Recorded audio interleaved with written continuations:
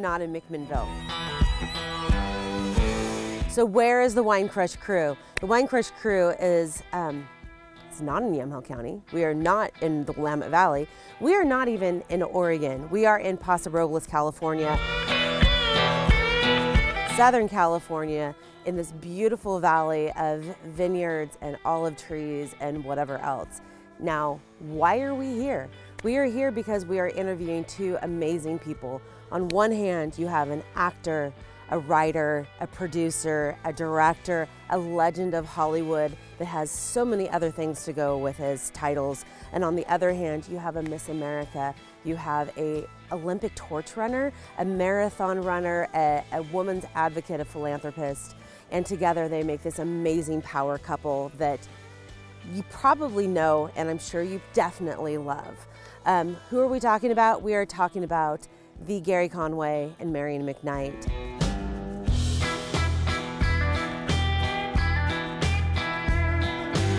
So Gary and Marian are legends in their own right, both in Hollywood, the Miss America Pageant Foundation, and so many other things, but that's really not the reason why we're here. It's a great cherry on top, but we are here to really explore this vineyard, talk about the land, talk about the nutrient-rich soils, the volcano that it sits on. Shh, nobody needs to know that quite yet. We're gonna talk about that a little later.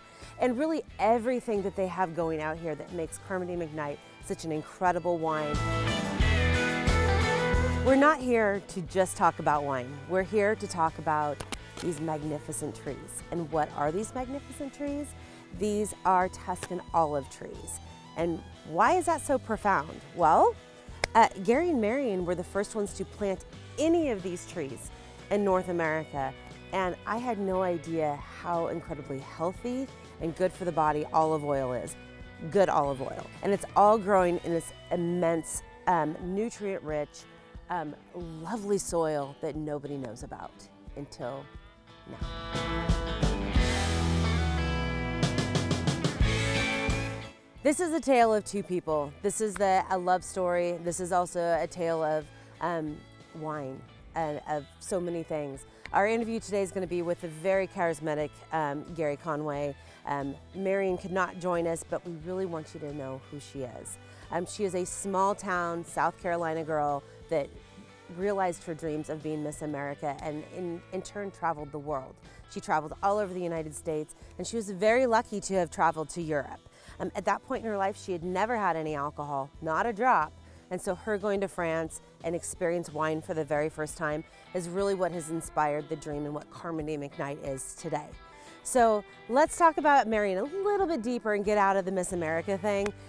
She's a marathon runner. She carried the Olympic torch. I mean, who gets to say that? She's also a philanthropist, and she is an advocate for women's education. She is such a dynamo, and she's just an amazing lady. We really want to emphasize the fact that Carmody McKnight is a 50-50 partnership of Gary Conway, Marian McKnight.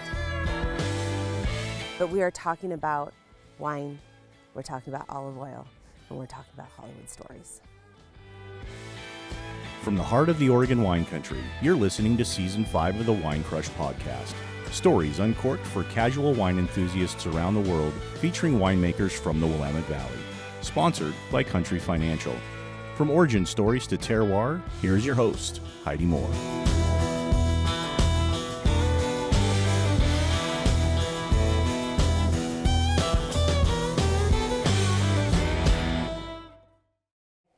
Well, Wine Crush, as you can tell, we are not in McMinnville. We have headed south of the border. We are in California, and we are today with a actor, a legend of Hollywood, an artist, a philanthropist, the one and only Gary Conway. Oh, I started looking around. Then you bet you Gary Conway. Yeah, that's you. So he was talking that's about you. me. Okay. Yes. All right. So I'll accept that. Thank you. Well, good, because you're sitting in the chair, so you're in the hot seat now. So you're stuck now, and we're in your house. So thank you for welcoming us all in. This has been really something that's been really exciting for us. I mean, I forgot vineyard manager, vineyard owner, winemaker, olive oil maker. I mean, you have like a list of like titles that go with you that is really quite incredible. And we really want to kind of start at the beginning, and we'll get into all of that because we're going to. So I really want to start with a little bit of your art, because your art is really kind of what brought you into LA and UCLA, and I know you came from the East Coast. And so let's talk a little bit about your art and then how that kind of moved into the theatrics and the theater, and we'll talk about your Hollywood career. Well, art, for me, defined my life, the rest of my life. When I say the rest, I was very precocious as a kid, and when I was still in junior high school at 14, around, I guess I was just starting maybe LA high school, I got 4 scholarships to all the major art schools, all in the West Coast, which were major throughout the country. And I'm assuming so that would be that's not common. I never heard of anyone getting that. How I got it, it occurred when I was young, and I didn't analyze it, that I got that lucky. And actually, in the other room, I have some early drawings. We won't get them. That created that for me, created that awareness by the art schools, and my parents had, of course, something to do with it. Urged me because when I was, I think, in Boston, maybe age 5, and I started my very first class in Boston, believe it or not, the teacher or the principal of the school brought my parents in and said, "Your boy is very good at art, and you should keep it in mind and encourage." And really, it was because of my parents that my early art flourished. And it flourished for many reasons, but one of the reasons is they never had a garage, because they bought a home, which they did early on. The garage became my studio. So at a very early age, I had an art studio and always had. And to this day, and you're looking at one right here. Yeah. No, not so every kid. Yeah, not every kid's parents will give up their garage. What life was like without an art studio. I thought, doesn't everybody have an art studio? Well, of course they do, yes. Don't you have an art studio? Oh, you don't? Oh, that's unusual. So, and I think, and we don't tend to do that in so many ways, if you have what you think are skills and so on, it has a lot to do with the parents. For sure, yeah, and a lot of that is that encouragement. Early awareness and backing. But by the way, I've never mentioned, at the same time I was doing all this art, I was playing the violin. Did you know that? You're a musician too. No, I did not know that. All right. I still have my violin back there, but I will not take it out and play it, no matter how much you beg. So anyway, so jeez, Gary. And here's what happened to me. I was a very good violinist, and I ended up, while in junior high school, as one of, I think it was 3 junior high school students that played in the all-city LA City high school orchestra, and I ended up playing in the Hollywood Bowl. And so I had a future as a violinist, believe it or not. And but what happened, again, this occurred at an early age. Was I going to be a violinist? Because at that point, if I had decided, yes, I want to be a violinist, that meant practicing 3 or 4 hours a day. You don't become a violinist. No, that's a lot of work. Yes. So when you see violinists in that orchestra, realize what they have gone through in their life, the dedication.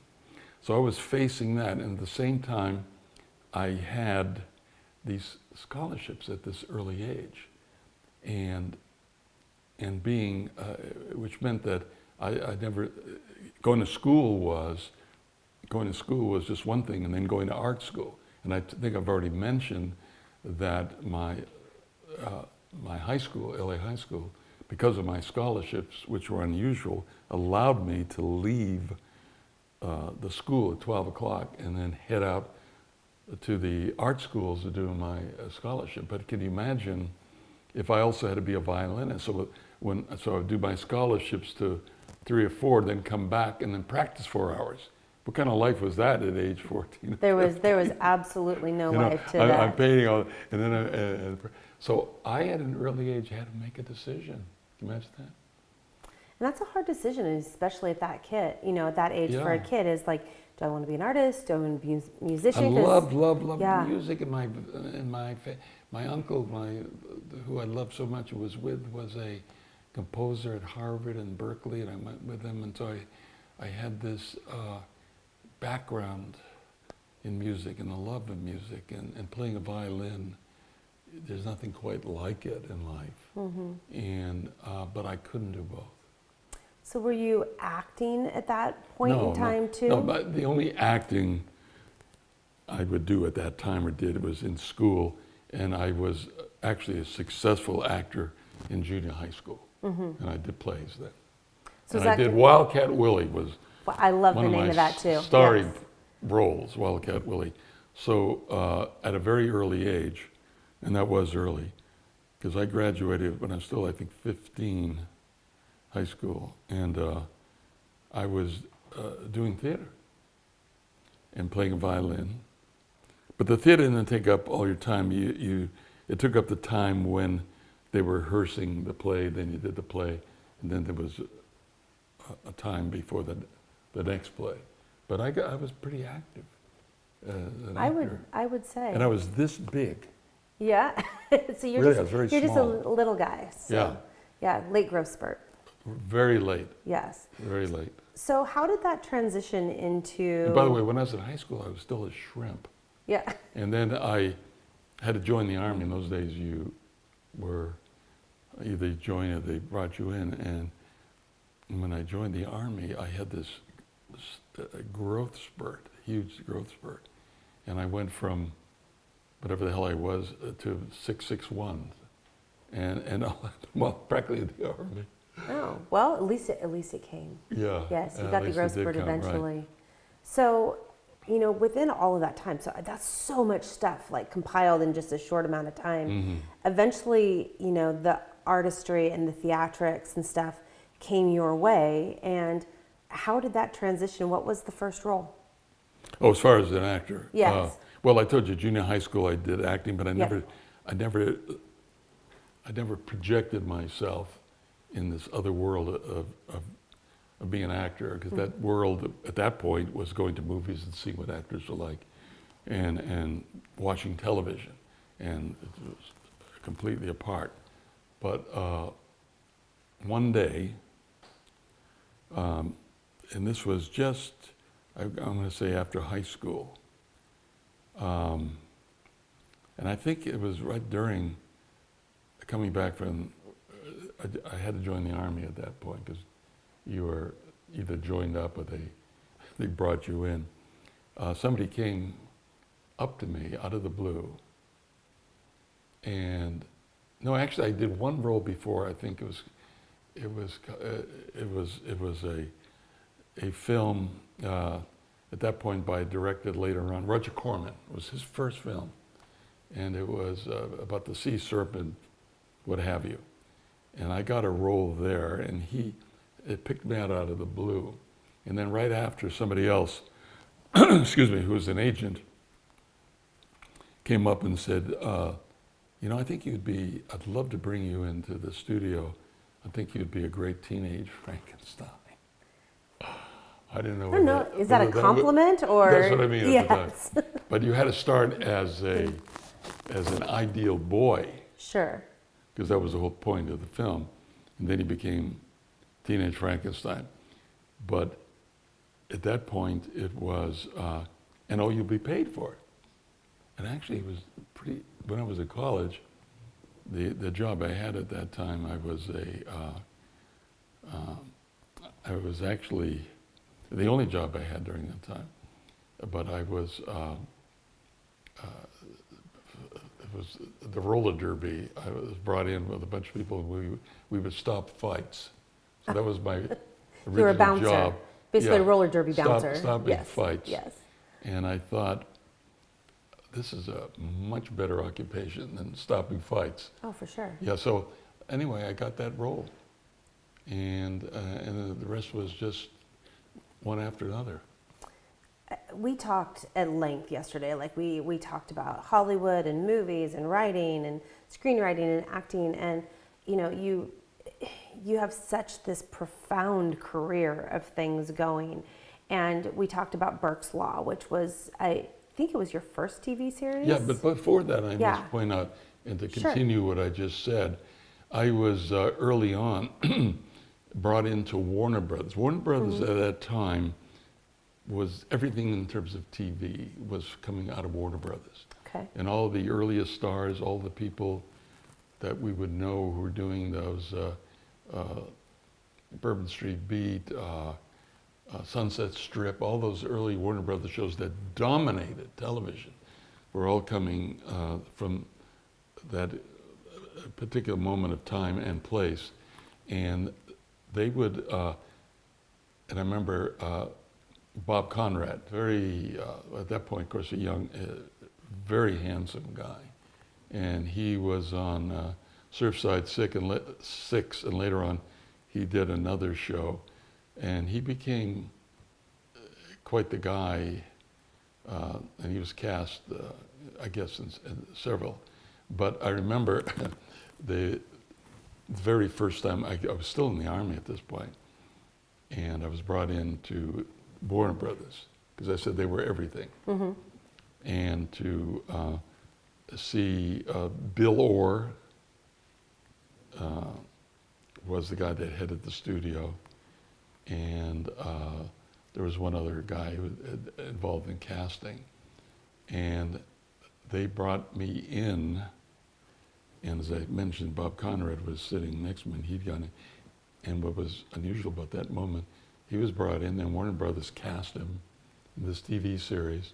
They brought me in, he was older than I was, and they brought me in, and we talked and messed around, and later on I got back to my agent, and I was able to go to Warner Brothers under a contract and just do different shows. So I did every damn television show you can imagine while under contract. So they just kind of like mix and match you wherever they needed suddenly, a role? They'd call me up and tomorrow we have a role for you and such and such. And there's somebody, Stephen Scherer, who has been doing some things with me, and he's been looking up all these Warner Brothers shows I did, which was a slew of them, and getting the little tidbits from it, and actually putting something like that together. Because in a way, as you look back, it's quite remarkable how many shows they were doing, and they dominated television at that Well, point. it's just like you were talking yesterday. There was really only 3 channels. There was ABC, CBS, and NBC. Right. So none of these streaming services, no HBO, no Fox.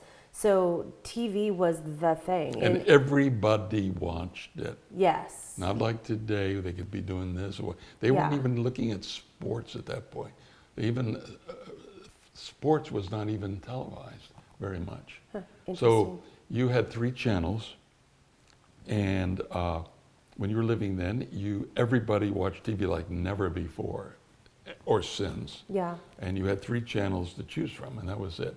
And so when I did, for instance, when I was on Land of the Giants as an example, and that in Land of the Giants, later on when they broadcast it was Sunday night, and everybody watched it. And so when I would get up Monday morning, go out to do whatever, get the newspaper or go to the store, I would say, hey, I love that show. Everybody had seen it. Yeah. It's a very unique thing because there are so many choices now Yeah. that, unless there's something super hot that everybody's watching and all your friends are watching it, it's not the same reaction. And you were on several things that were like that. And I want to back up a little bit just because Burke's Law came first. And that was, right?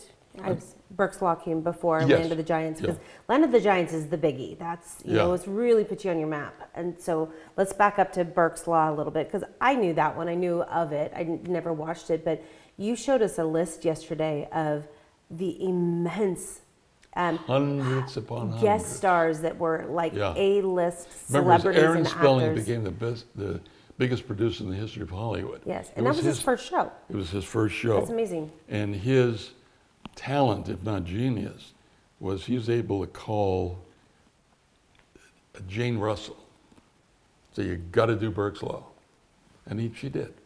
And she called up, I have Yeah, we're gonna do a scroll of that list and put it up because. But you know the list. All oh those my God! I was mesmerized when I was going through that it. list is not maybe less relevant today, but at that time, it was every actor in existence. I think it is really relevant in the fact that, I mean, they try to replicate this a little bit nowadays, and I think, you know, of shows like Friends and Seinfeld and even The Big Bang Nothing Theory like it, though. that brings in A-list celebrities, but Yeah. it's nowhere near as extensive as that was. Yeah. And so that's amazing. So, and that was more of a supporting role that you had on that one? And Well, no, I was the lead. Okay. It was Gene Barry and myself, but he had a history going that was good for the show, and I was brought in and to be his co-star, cohort. So it was, if you look at the titles, it's Gary Conway and Gene Barry. And as I said, that was my first series, but also people don't realize that at that time I did lots of pilots that were going to be on TV. I did at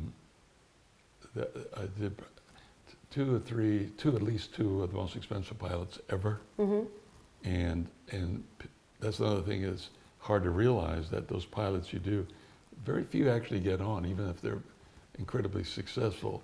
I did a pilot at that time with the most prominent director in the world then, and with a top producer, and we went to Hawaii for about 2 months, 3 months, just to do this pilot. And that's And a it was terrible about the place Second to have World to War. go. It was about this. It was about the what was going on in Asia in the Second World War. It was that was the subject matter. It was like that other series that was very, very popular, but it was the European front. And I remember going to a big deal that ABC put on, and where they were showing all the upcoming shows, and when they showed this, everybody cheered it on. And it would have been on the air, and I would have been nailed to it had it not been for the Vietnam War. Oh. So the Vietnam War came on, and the ABC, they were scared to have a film about war in Asia with the Vietnam War going on. Makes sense. Yeah, and so they canned it to everybody's. So all that work that went on, I mean, we talk work, it went the years, the months and years. And money. And boom, money. Yeah. Most expensive show ever done. And so I went through a lot of stuff like that. A lot of pilots and things that for one reason didn't get on the air. And if I had done certain pilots, I would have never obviously done Land of the Giants. So you never know anything. Yeah, and let's talk about that, because that's a big deal. Land of the Giants is a big deal, and it's internationally known. People all over the world love it, watch it. People don't realize, I always mention this, it is the most popular TV show ever done from a world perspective. And there's a good reason. It's not just looking up at the ratings. And I was first told this by an executive producer at 20th Century Fox, who called me in one day, and out of the blue, and he said, would you have lunch with me? And I said, yeah. So we went to the commissary at Fox, and he had this huge list. I said, most actors never know things like this, and I wanted you to know, I want to give you the list of all the stations that Land of the Giants played on. And it was a phenomenon. And but there's a good reason to it. It wasn't acting skills, directing skills. At that point, it was a series that had production values. Now, do you think most of the shows that people were doing were taking place in living rooms only? And maybe a little more than that. This place, we were on another planet. Yeah. And you said it was really expensive to make, too. It was the most expensive show ever. Yeah. And it holds that record to this day. Because if you take dollars at that time to now, it would be millions of dollars. And it's because of the sets and all the different things that you... Yeah, if you look back at it, the sets, remember this was before they had a lot of the techniques today, CGI and all that. Sure. And so the Giants had to be real people. We really had to, on a set, actually be talking to them. Yeah. And so all that would be pre-CGI. So there was no, as a matter of fact, at Fox then they had the two experts in that at that time, who later on invented CGI that everybody can use today and makes it a lot easier. So we all of the stuff you see in Giants all had to be actually filmed. I had to talk to the giant. It's I went back and watched it, before we came out here because I wanted a little bit of, I wanted to be able to say, yes, I've seen it. I totally get what you're talking about. And it is. I mean, you look at just the sets, and I was trying to kind of get an idea of, how they produced it. And I don't know anything about TV production, but looking at the sets and the different props and the people and the angles and the camera, and I'm like I could understand where this could be really expensive and also very hard and very dynamic and a lot of work to be able to do all of those things. But the relevance and why it was the most popular in the world had to do with its political connotation. Mm-hmm. And at the time, there was not a great sense about that. And I remember that example came to me by way of my parents shortly after the show was wrapped. And they had, I think it was Yugoslavia, they had visited. And they were visiting a friend of friends, that they were invited Mm-hmm. over. And they were having this nice little dinner there. And the couple that invited them, suddenly in the middle of the dinner, sprung out of their chairs. And my parents were startled. They said, wait. And they ran across to the TV set and turned on the show. And it was Land of the Giants. And my parents never mentioned it. That's my boy. They never said that. And they asked afterwards, why did you, so exciting? And what they said was, because it describes the little man having to go after the big government. So all of the people here saw that as, to this day, it's the little man against the big government. And so those particular countries that are all under the Soviet regime at that point, they really identified with that show. So that show was massively popular for the and a lot of people at that point didn't get it, but if you go back and look at it, you realize that's what it's really all about. And the show is based on the great book of all time called Gulliver's Travels, which was Thomas Jefferson's favorite book. And Gulliver's Travels, that was why he wrote it. It was the little man against the over-dominating government. And that message, I mean, to this day, we look around the world, we're still getting this message, and the show represented that. And it didn't so much in the United States for various reasons, but it did so in the rest of the world. So I know you mentioned you went to Beijing a few years ago, quite a few years ago, I think. Going where? To Beijing, China. Beijing, China, yeah. And you said that people just went crazy when you were over there. Well, to give you an example, yes.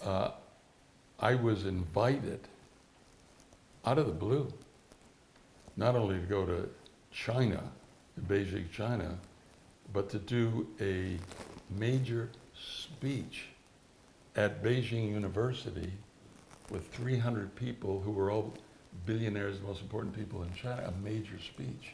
And after that, they had events that I can send to you a film to this day that they filmed. And in that audience, as I said, there were 300 people. They were all the most important people in China. And they would get together once a year. That's just the way China operates, by the way.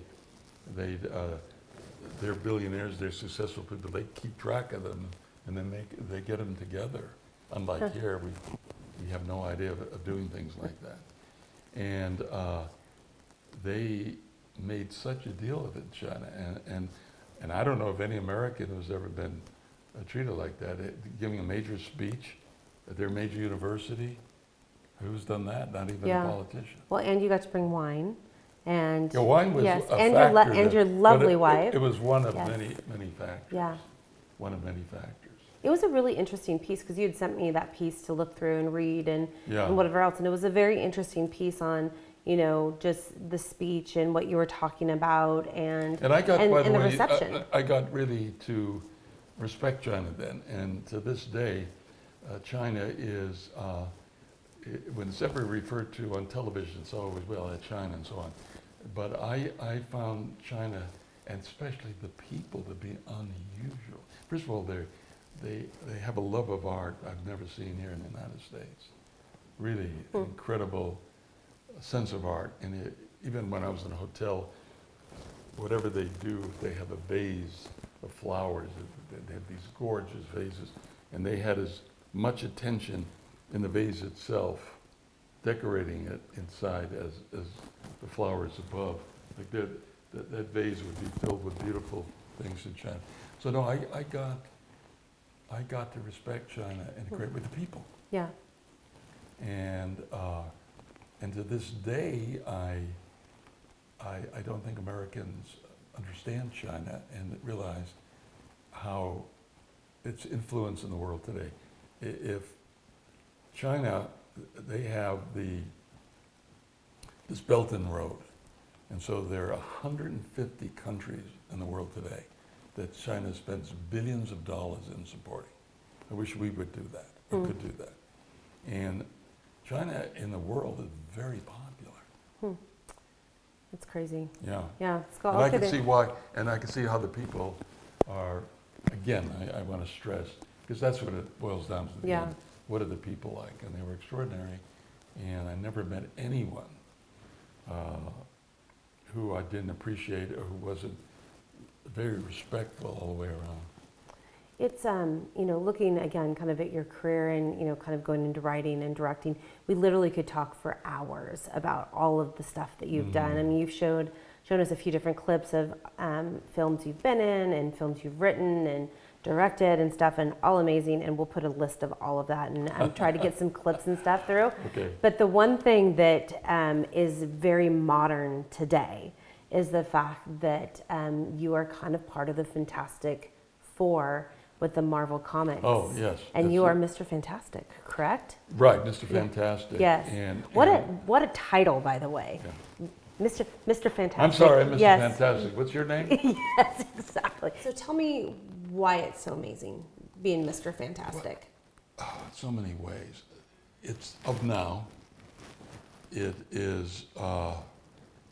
It has a lot of connotations, actually, political, social, environmental, and I became aware of it because on my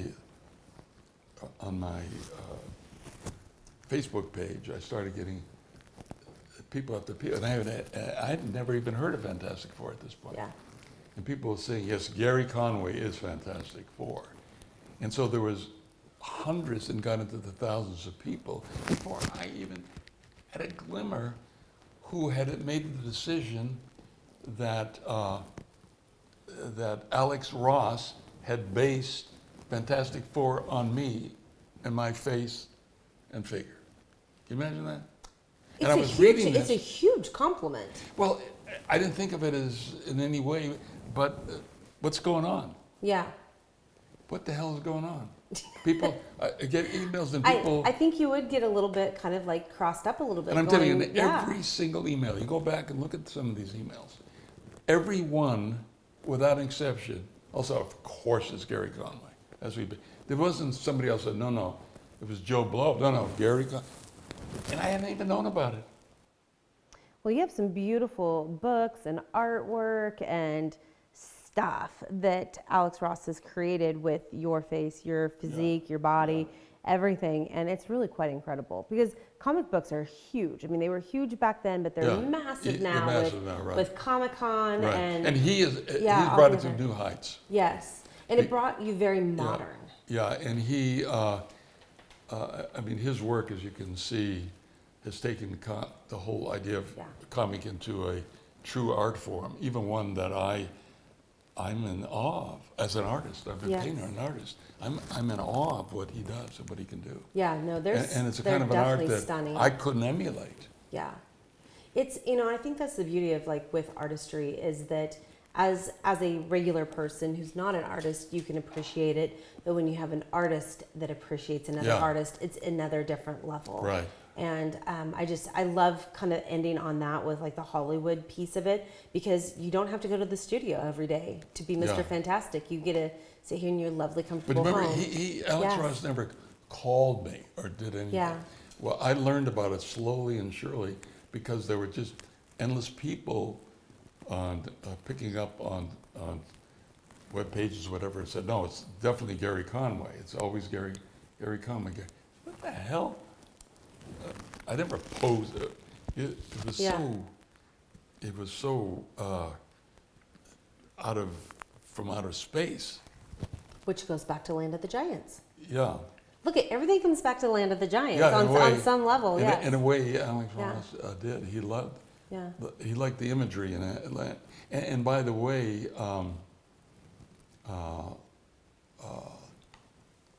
Deanna Munn was the Land of the Giants. He based the girl on her. So he was a big fan of the show. He took two people from one show to base that whole thing on. That's and amazing. If you look at that, you'll see it's based on her look. And unfortunately, she was a lovely, wonderful girl who died way too young, died several years ago. I would love for her to be around now to enjoy this idea. We could have a lot of fun together thinking about it. But yeah, it was based on her look, and he's talked about it. She had a unique look in her face that he found would have to be that heroine. Isn't that interesting? It is great. What he picked up on. So I really want to segue into why we're really here, which is to talk about the wine. And so the wine. I thought it was something secret. Oh no, not yet. Maybe we'll find something secret. But we're going to talk about some wine.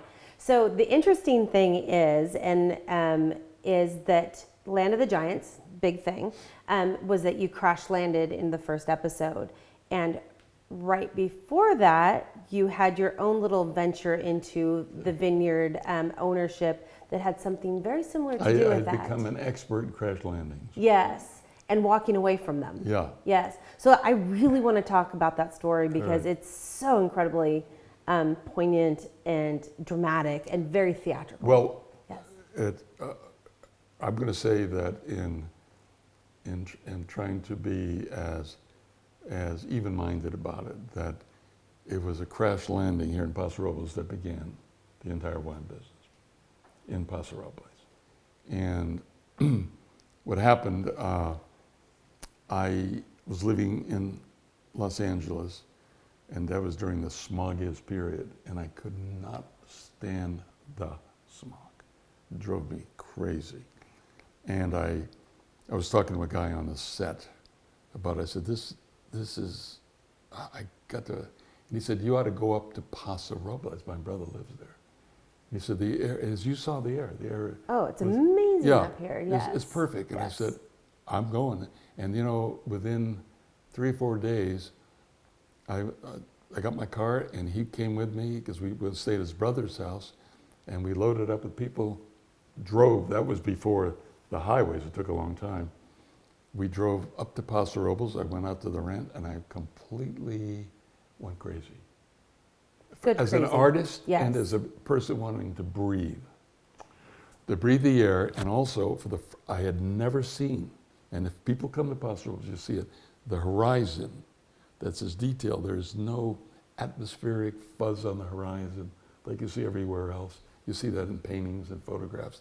It was sharp, and I was dumbstruck by it at the time. Huh. And being able to breathe. So what happened was, a real estate guy up here at the time, brought me out to look at some property in his helicopter. And I remember that day, because I lived in Beverly Hills and West LA and Santa Monica, and we went out for property. Every real estate person had a Cadillac, and he always got in the Cadillac. And so I figured I was going to get this Cadillac. And we went down to his garage. I saw a Cadillac there, believe it or not. I thought, but And right next to it was a helicopter. So no, we're not. We're going to go in the helicopter. And I thought, man, that's cool. That's uptown. That's real cool. Yeah. I'll go in the helicopter. And so we got the helicopter up. Marian was there, his wife was there, and she smiled and I smiled. And I said, hey, we'll see in a little bit. And we got in this helicopter and we lifted up, and this was kind of in town where he lived, in this beautiful little area. And we lifted up, and suddenly we were going over mountains, and you don't realize how many mountains and mini mountains and hills there are on the west side of Paso Robles. And so we started going over these, we went over, and we finally went over this one hill, and we were high, and there was this valley, and I looked at this valley, and it was completely green at the time. They were growing barley, and in the distance was Big Sur. It was mesmerizing to look at this view. And he said to me as I was looking, and I was captured like I'd never been before, and he used the words, "This is it." And I said, "Is this the land you're talking about?" And coming from Beverly Hills and Santa Monica, when I said I wanted property, I was anticipating an acre of land. Yeah. 'Cause an acre of land's a big deal. Yeah. If you're in Especially Beverly coming from Hills. yeah. If you buy an acre of land in West LA, you're going to spend several $1 million. For sure. So that's all I thought I would. And so I thought, I'm looking at an acre, and I'm trying to figure what acre is he talking about. And he said, no, it's the whole valley Oh my. that's for sale. And it was just, he mentioned, it just got on the market. And got on the market was a relative term because it was the original pioneer family. So they developed this starting 150 years ago, this piece of land. So when he said just got on the market, I thought it was something they had bought and redid maybe a couple years ago. Total Not different, 150 total different 150 years definition. ago. Yes. And so in a moment there, everything was changed in my mind.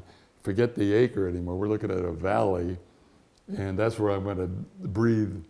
And it was, I could tell one thing, that the air was fantastic because everything was so clear. And just as I was adjusting the story correctly In your head. in my head and looking at it, there was an explosion. And I thought, what in the hell is that? And he had hit these huge high tension wires. Wow. And this thing started going crazy, the helicopter, going around and around. And fortunately, we were on top of a hill and it was a valley. There he is. Yeah. There's the helicopter. Yeah, you can hear it, yeah. And so we were on high and on a hill, and so there was a certain amount of time for him to maneuver all the way down and to help so the crash wouldn't be deadly and maybe it was survivable by taking all that time.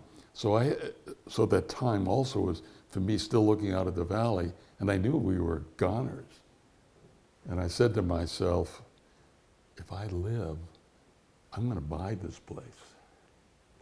And when we crashed, it was a horrible crash. And the helicopter, by the way, didn't survive. It was totally ruined.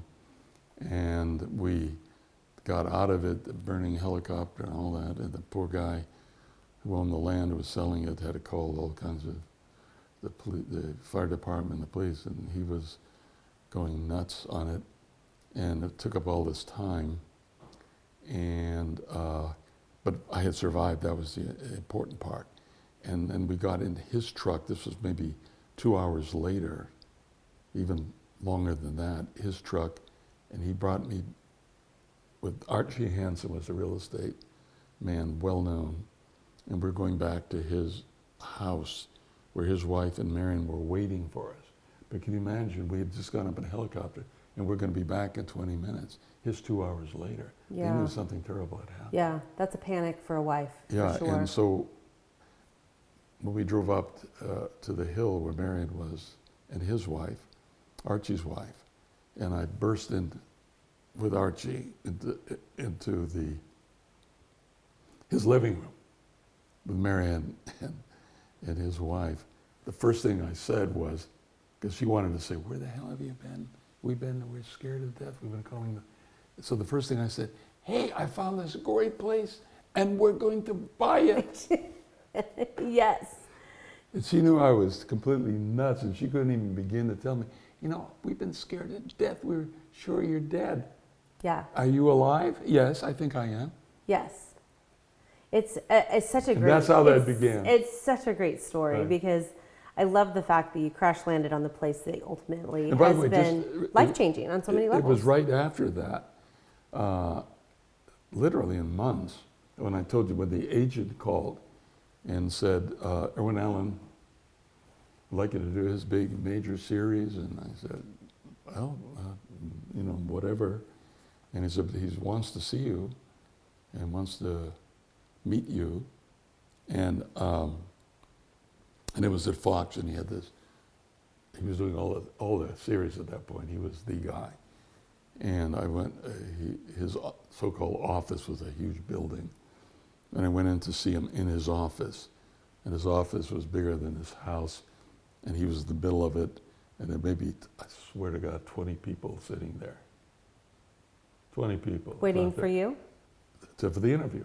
Oh, But that's the way he operated. got it. He was the biggest Big, there was. big and around. grandiose. And so I'm doing an interview. I'm going to be interviewed by 20 people.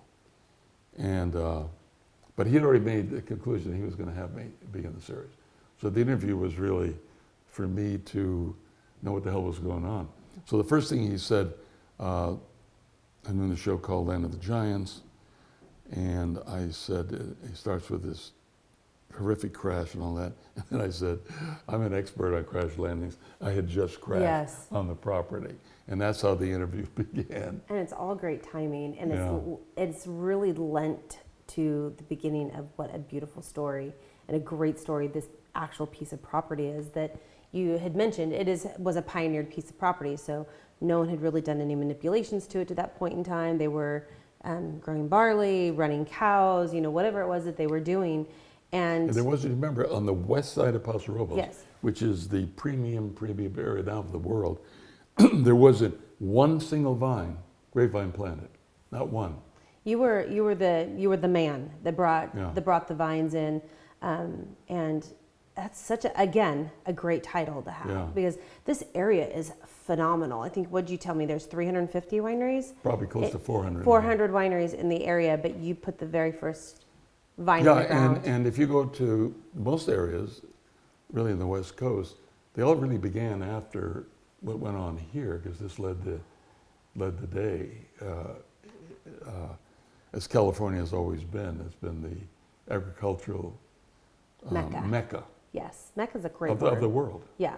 really. It's And- an amazing place. Yeah, and let's kind of get into the vineyard because we got wine to talk about and we have olive oil to talk about as well. But the vineyard is very special in the fact that the makeup of the land, and we talked Right. about terroir a little earlier, terroir, however you want to say it, and what that is for the vineyard and the wine is really quite What's amazing. interesting, I ended up buying the property. There were no vines planted anywhere whatsoever. And so I began barley, and I even got into cattle. That's what you said because you went bull picking. You went to Yeah. pick your bulls, which I think is Yeah. so great. Yes. And at one point, it had a lot to do with Marian too. We thought about why not plant a vine. She really is the one who wanted to do that because she had Miss America visited France, and the best part of the visit was wine country and having wine. And she immediately thought, if we're going to have a farm, we don't want a barley. She doesn't want to come up every weekend to look at the barley. It's not very romantic. No, she wanted to Yes. look at the vineyard and then taste the wine from the vineyard.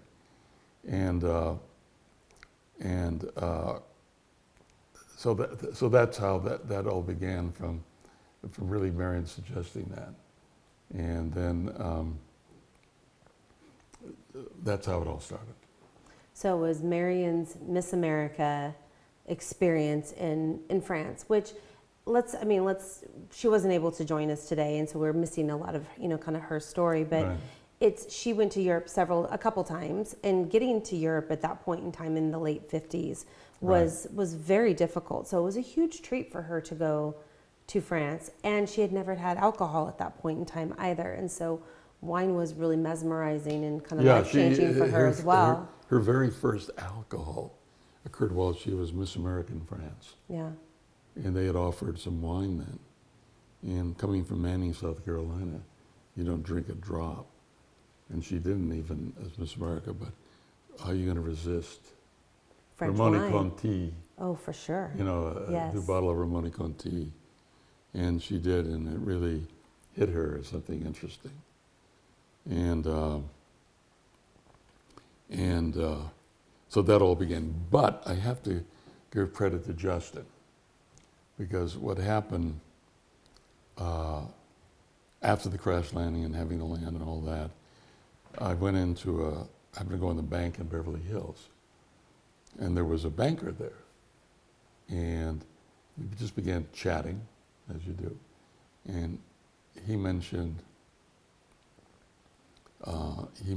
that I don't know exactly how it began, but I started talking about this property and how unique, and I had a glimmer that it could be unique from a vineyard point of view. And the minute I mentioned that, Justin got really wildly interested, and so much so that he told me, I want to grow the great Bordeaux grape, and that's my whole life's ambition, even though he was a banker at the time. And he was on his way to Napa. And here's how much I knew at the time. He started talking about, I'm going to go to Napa and I'm going to do the great Bordeaux and the winery. And I said to him, at that point I had read one book on vineyards, because at land, and I read something significant in the book, and that book is still around here somewhere. And it said, you don't plant a vine in France unless it's in limestone.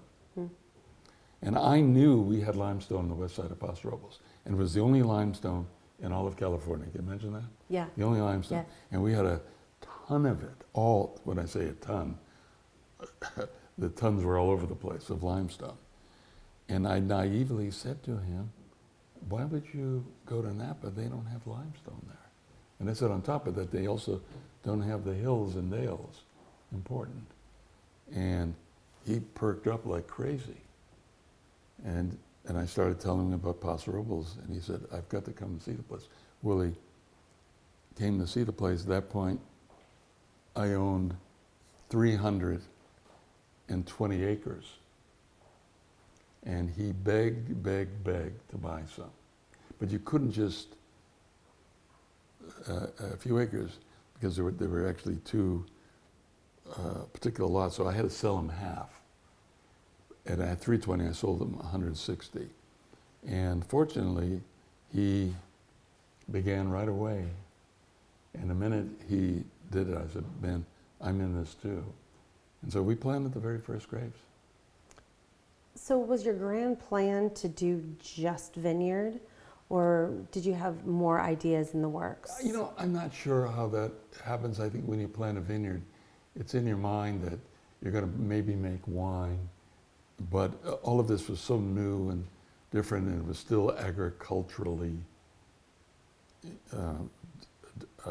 relevant in every way. And for me, I had already experienced the agriculture of the annual plant with barley and other yearly plants like that.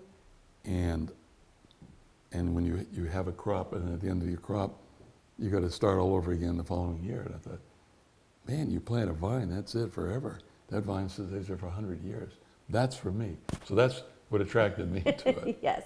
So the incredible moment of time in all of what we're talking about, and maybe we'll pursue it more, was getting the knock on the door. And on the other side was a man who introduced himself as Professor Tom Rice, who turned out to be at Cal Poly, the head of the viticultural department. And he had a rock in his hand. And he asked me if he could go further in the vineyard. He said, because this is an unusual rock. And I don't remember exactly the conversation, but it was unusual because it was a volcanic rock. And he knew, as a geologist,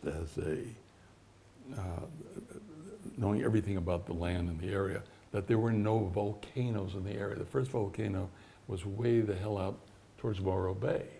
And every earth scientist knows where volcanoes are. And suddenly he sees this rock and he knows there are no volcanoes on this property. So he asked me, I'd like to go further in. I want to know where this rock comes from. And as he went further in, a few hours later he came back and he said, you have volcanoes on this property. What a thing to hear. Yeah. I mean, and you're kind of like, what? You don't know how to react. Yeah, for sure. If someone said, you have a volcano in your backyard, that's what it was. Yeah. It was literally in our backyard. Crazy. And I thought, oh my God, is it going to erupt? Yeah. What's Better get going better on? insurance. And Yes. then he pointed out that the 3 volcanoes were, you could see 2 of them. So the 2 hills, when you were out there, if you notice on the left, there's this large hill. On the right, there's a large hill. Those are volcanoes. But the middle, there's no hill. And that's a volcano that never rose up. Huh. So you learn a lot of interesting things about volcanoes. And these volcanoes, he mentioned, they have to guess at it a bit, but 26 million years old. I don't even know what that number means. Yeah. I mean, it's just such an abstract number. And he explained they came out of the sea. And because where you went to yesterday in Paso Robles, the Pacific coast came right up to 101. So all of what we consider the west side of Paso Robles and all of that was underwater for millions of years. There was no west side. Yeah. And so when that began to come to the surface, so to speak, so did these 3 volcanoes. And the only ones in the entire area. And they're in my backyard. Is that? It's a hell of a backyard feature. Yeah. Yeah. And then we got talking about it, and I realized something that I tied in. Because when we bought the property, we planted, the very first thing we did was plant a garden. And I got this wonderful man, the Japanese man, who was an expert in growing anything, growing vegetables especially, and brought him in to do this fabulous garden, which he did. And we sat there as the garden was growing, and we're going to enjoy this great salad. The only trouble is the garden died. And so you can imagine bringing an expert to grow a garden in this beautiful land, why would it all die? Why did it die?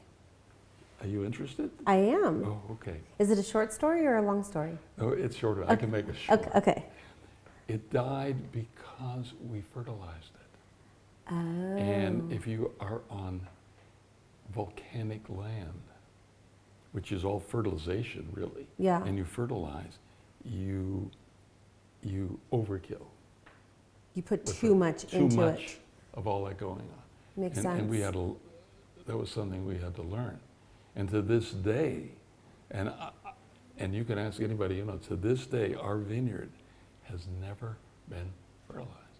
Now you can go all over the world, you can talk to them, and you'll never find an example of a vineyard now 40, 45 years old that has never been fertilized.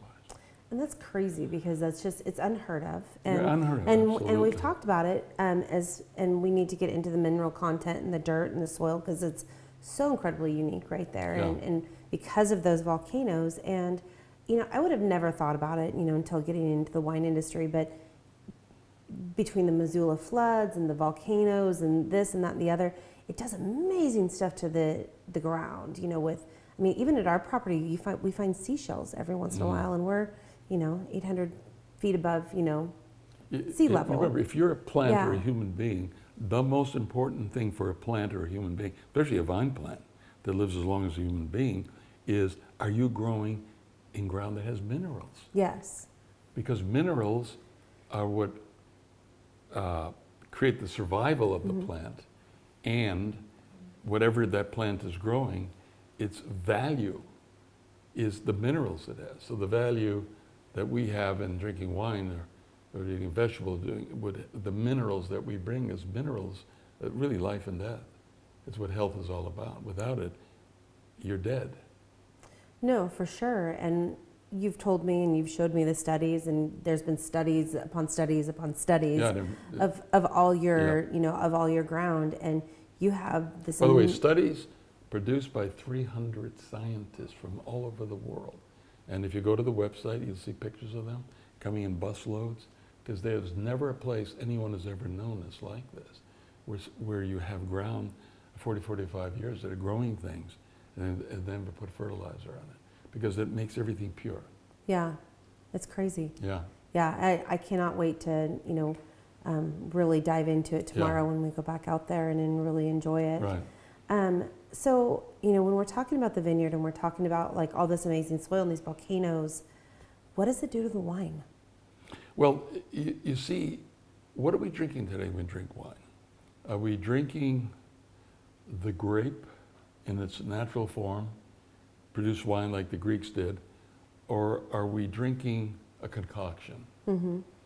And if you look up, there's a chart, I can send it to you, I think it may be on the website, that the average bottle of wine draws from 85 different chemicals that are flavor chemicals.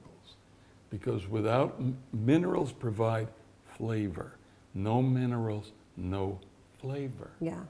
And so you have to put in something that duplicates flavor, which, by the way, the scientists that do that and advise on that are very good at that. Mm-hmm. So the food you're buying and we're eating, the vegetables, if they were on their own, they wouldn't live, because they wouldn't have enough minerals. They've learned, though, that if you only have to put in something like 3 or 4 of the major minerals, and the plants will live. Mm-hmm. But in terms of our great health, we're getting almost no minerals, and there's a lot of endless studies on this. There's a lot that goes into that, for sure. If we're eating food properly, getting health, you have to draw on at least 12 different minerals. That's the long understood science, 12 minerals. The minerals that are in this bottle of wine are 60. There's 60 minerals in this bottle of wine. Yeah. And there's no other it's a food delicious on bottle this of planet, wine too, by the way. on this planet Yes. that has anything close to that. It's really, I did a lot of reading, and, you'd sent me some great stuff for me to look at and, watch and whatever. And I just really didn't know the prolificness of it until we really started talking about it. And then we had the wine yesterday, and I'm like, whoa, this is so incredibly good. And Remember, it's good, again, I have to always Yeah. add to it, because we don't add anything to it. yes, it's pure And- wine in its natural Right, form. so if you're even Nothing in the comparing one vineyard, against the yes. other, it's a little bit unfair, because one has no add-ins. Yep. And they're clever with the flavors they put in wines can be pretty damn good. Yeah, no, for sure. And Yeah. I think there's something to be said when you're looking at, a place that is doing their agriculture in responsible ways. Whether it's biodynamics, organics, whatever, and really trying to create a pure product in Yeah. general. You have been blessed with your airplane crash, helicopter crash, and then everything else that you have found this amazing piece of property that has then helped you produce this beautiful bottle of wine. But you also have Tuscan olive trees on the property Yep. too, that we have to talk about, because it goes along with the health and the vitality that you were just talking And about. very much like the Yeah. wine, when we got into it, no one around here really understood what wine was good. Why I don't know what they were drinking with that wine. I think it came by way of Europe somewhere. They got wine in, and so that was a whole adventure that had to begin at the beginning, and olive oil was even more so. because when I first came here, I don't even remember, I think there was olive oil, but that olive oil was a fake olive oil, it was canola oil. And even now to this day, and there are no laws against it, at least in recent times, that they can put in olive oil from Italy and it's canola oil. And canola oil, by the way, is carcinogenic. So when and canola oil is so much of our food. So canola oil, you know what that means? You know what that means, canola oil? No idea. Canadian Oil Company. Oh. It's not a plant. See, I learned something And new every day. I had no idea. There is Yes. a kind of a plant, but Yeah. mainly it's just made up stuff Yeah. from chemicals. Yeah, you had told me that you planted the first Tuscan olive Right. oil trees, and we are going to try this because I don't know if I've ever, not right now, because Right. And by the I'd way, end up spilling it all over the front of Again, myself. that happened. Yeah. Growing up in a Sicilian family, got Yeah. pneumonia at age 4. And if you live in a Sicilian family and you have pneumonia, especially in those days and for hundreds of thousands of years before, your cure is olive oil. And you were telling me that Roman soldiers also carried olive oil. Oh, they all carried. Yeah, as not. They carried wine and olive oil. Those And are- it was not just Yes. they were What a going to great thing have to carry. this Yes. a wonderful time all the time. It was for their health. Yeah. Which And, is, and by the way, the Romans Yeah. soldiers were very healthy. That's why they conquered all of Europe. that makes sense. Yeah.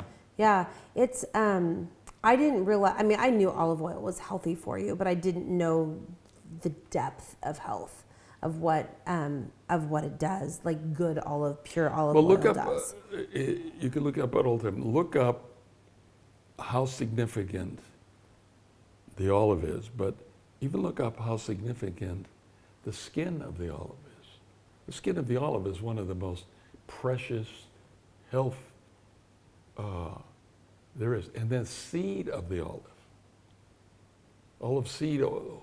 So it has all these, but nothing even Different comes layers and remotely close components. to the olive.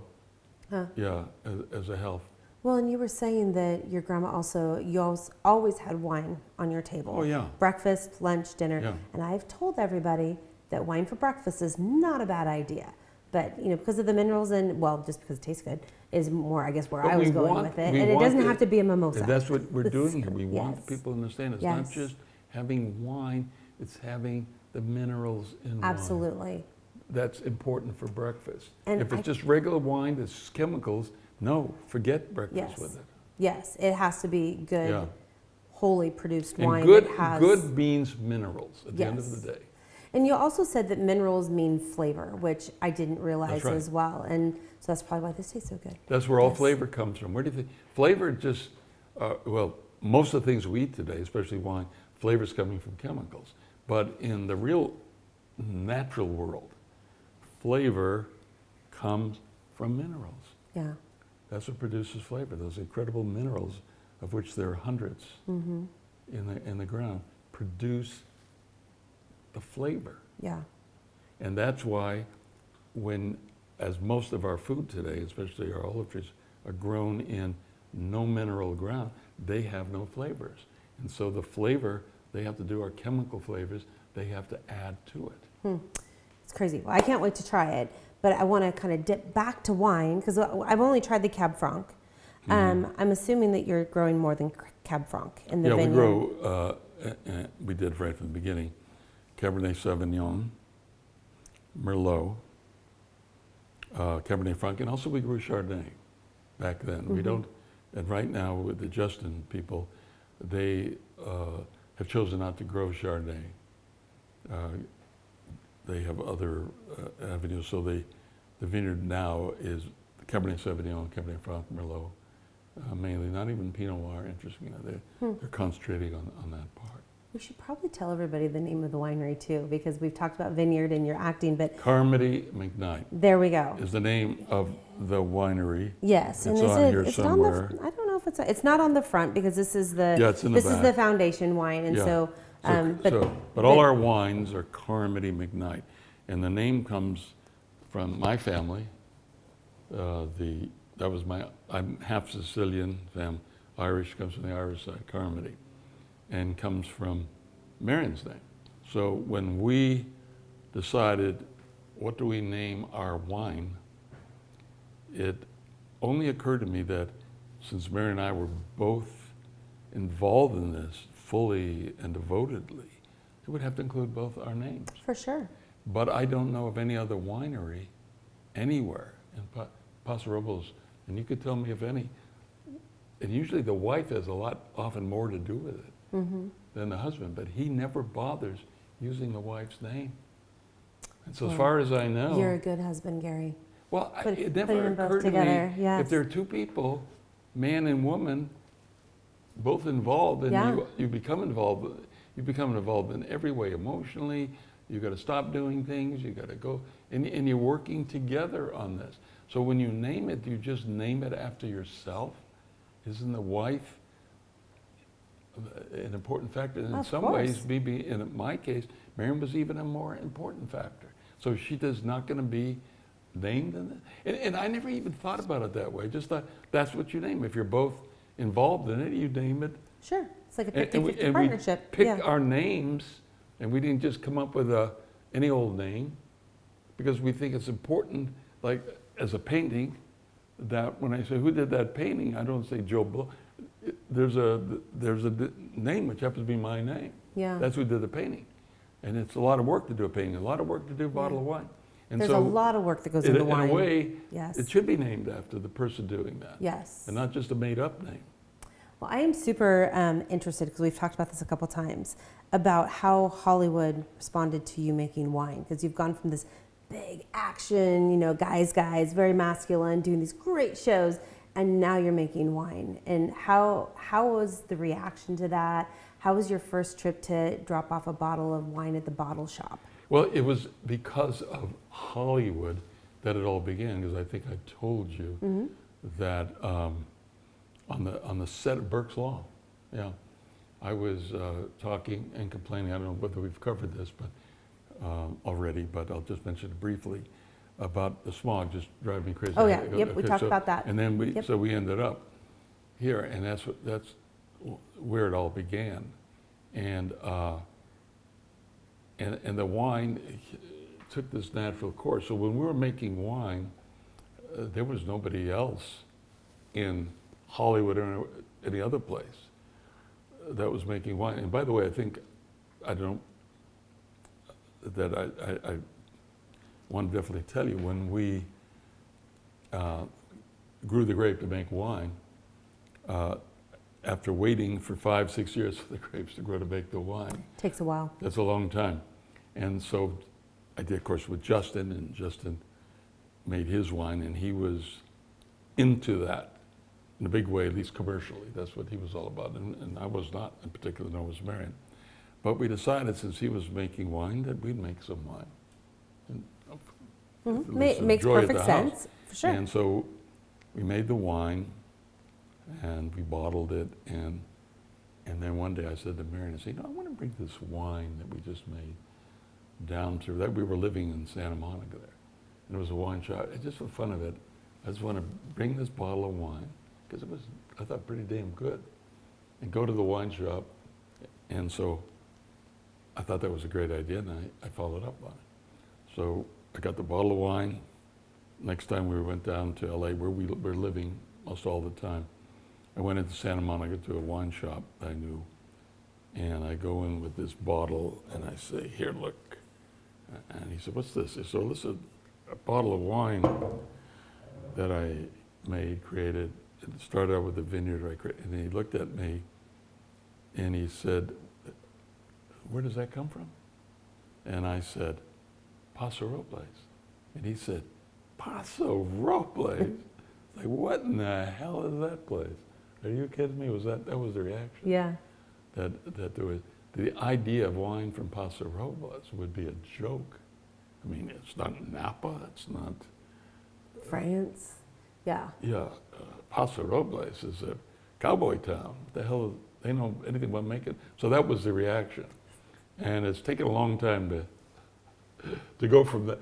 That was the reaction that anybody would have made. And now we have a slightly different reaction. For sure. Yeah. So did he actually open the bottle while you were there and try it, or?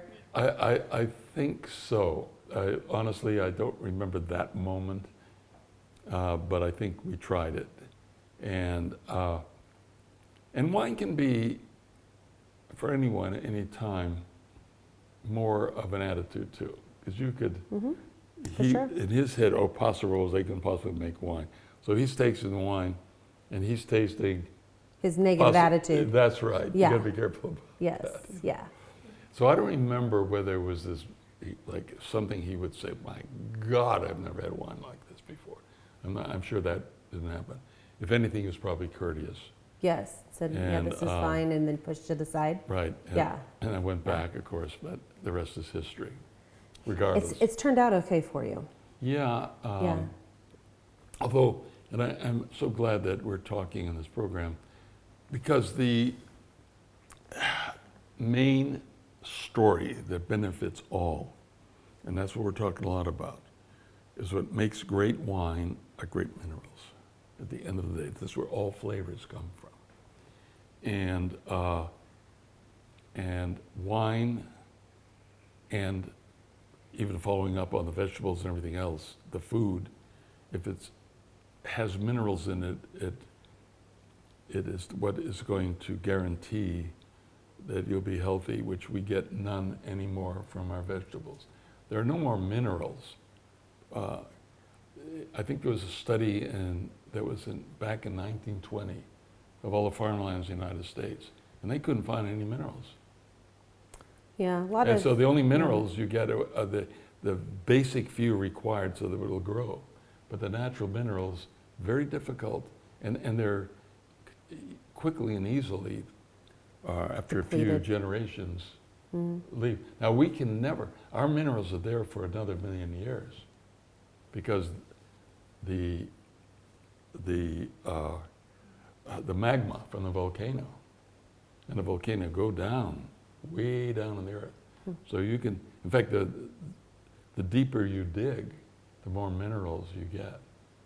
And we have minerals, I've not mentioned this, other incredible minerals. A mineral called calcium marlinite that was discovered on our property.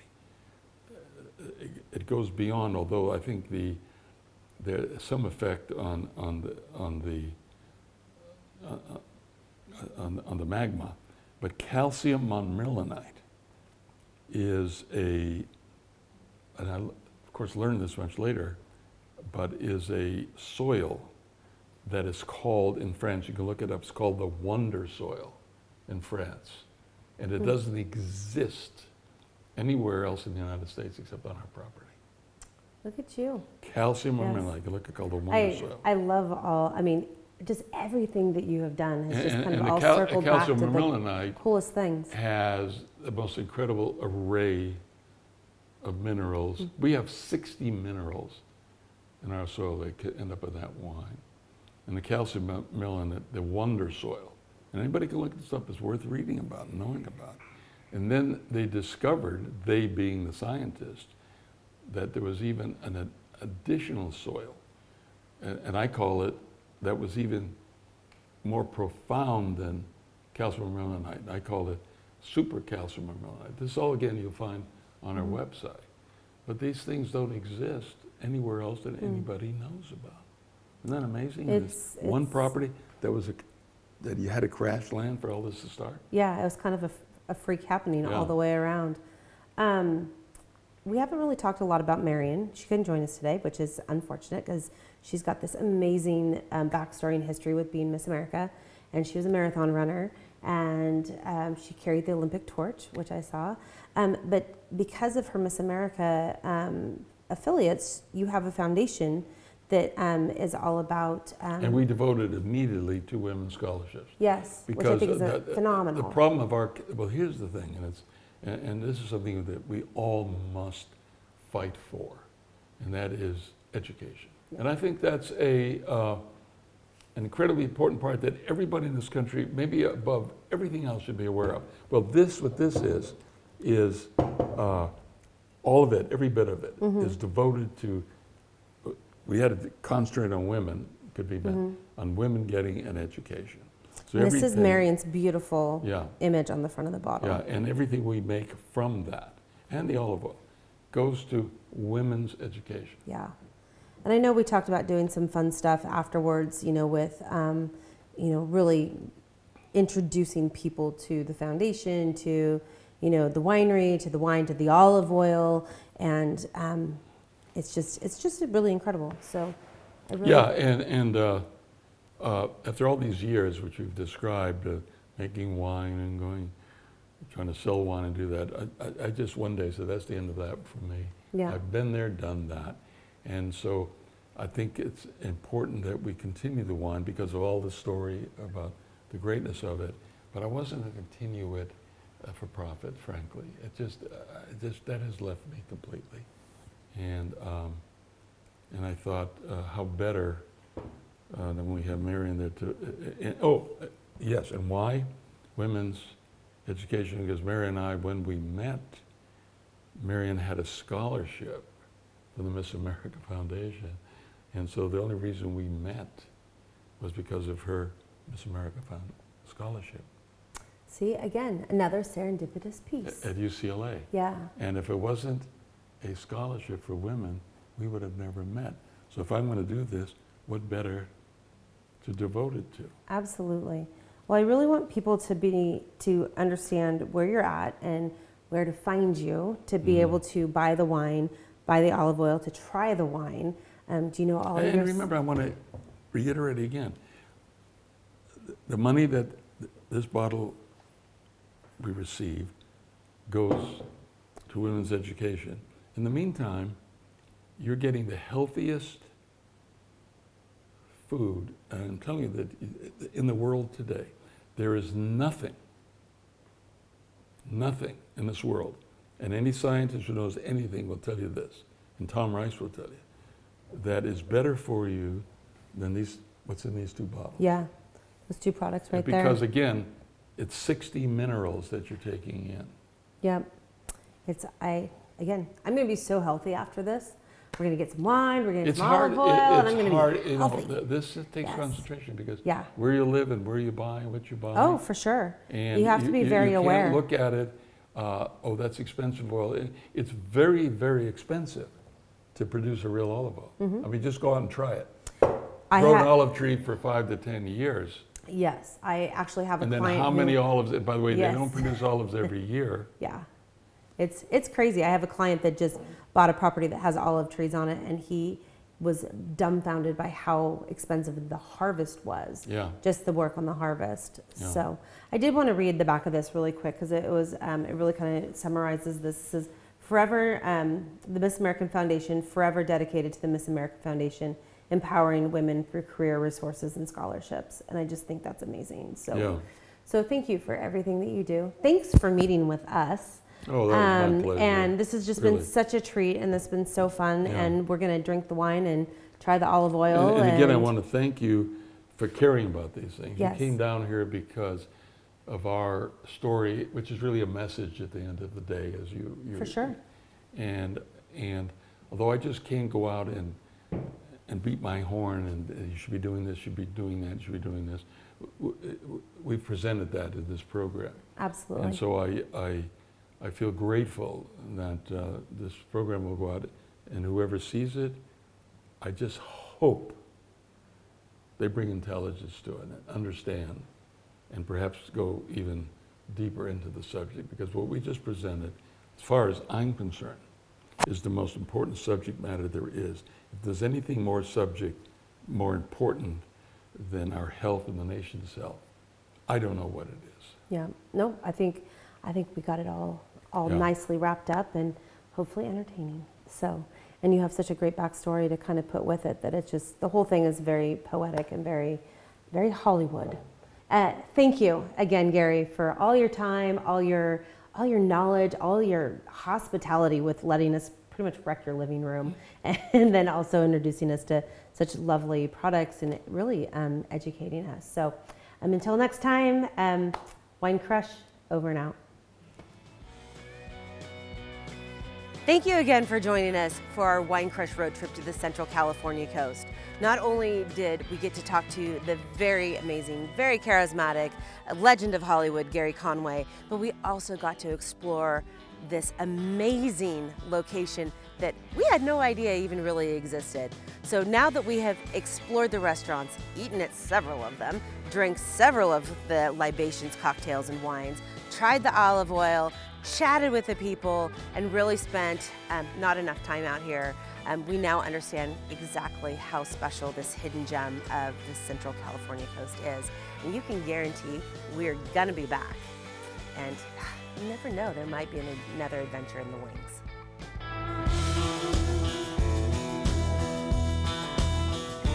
We'll see you again on our next adventure.